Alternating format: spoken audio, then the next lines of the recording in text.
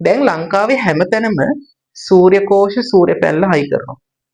කොහොමද සූර්ය කෝෂ වලින් විදුලියක් උත්පාදනය කරන්නේ? පැල විදුලි බලාගාර ගත්තොත් ටර්බයින් මගින් කම්බි රාමුවක් කරකවලා චුම්බක ක්ෂේත්‍රයක් ඇතුලේ ඒකෙන් විදුලි උත්පාදනය කරනවා. මේකේ තියෙනවා සිලිකන් කියලා අර්ධසාන්නක ද්‍රව්‍යයක්.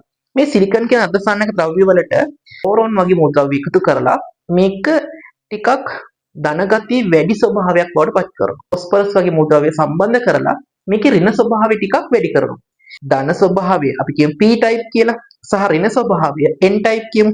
මේ දෙන එකට එකතු කරලා අපි හදනවා pn සංදියක්. ඩයෝඩයක් කියලා කියනවා.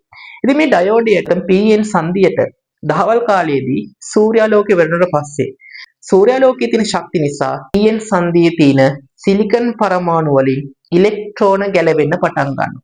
ඉතින් ඉලෙක්ට්‍රෝනයක් ගැලවෙනකොට ඒහා සමාන කුහරයකුත් ඒ කියන්නේ එතන හිස් තැනකුත් ඇති වෙනවා.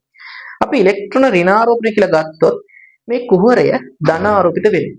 ආරම්භී ධම්ම Pn නැත්නම් ධන ස්වභාවය වැඩි සහ ඍණ ස්වභාවය වැඩි ගති නිසා ඉලෙක්ට්‍රෝන එක පැත්තට ගමන් කරන්න පටන් ගන්නවා.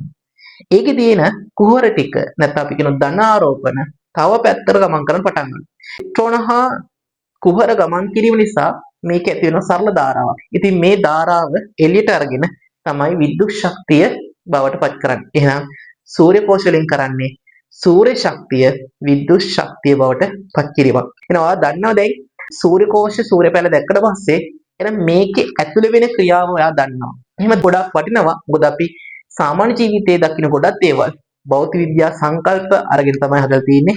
එහෙනම් අපි තව දවසක් කතා කරමු මේ වගේ වෙනස් මාතෘකාවක් ගැන.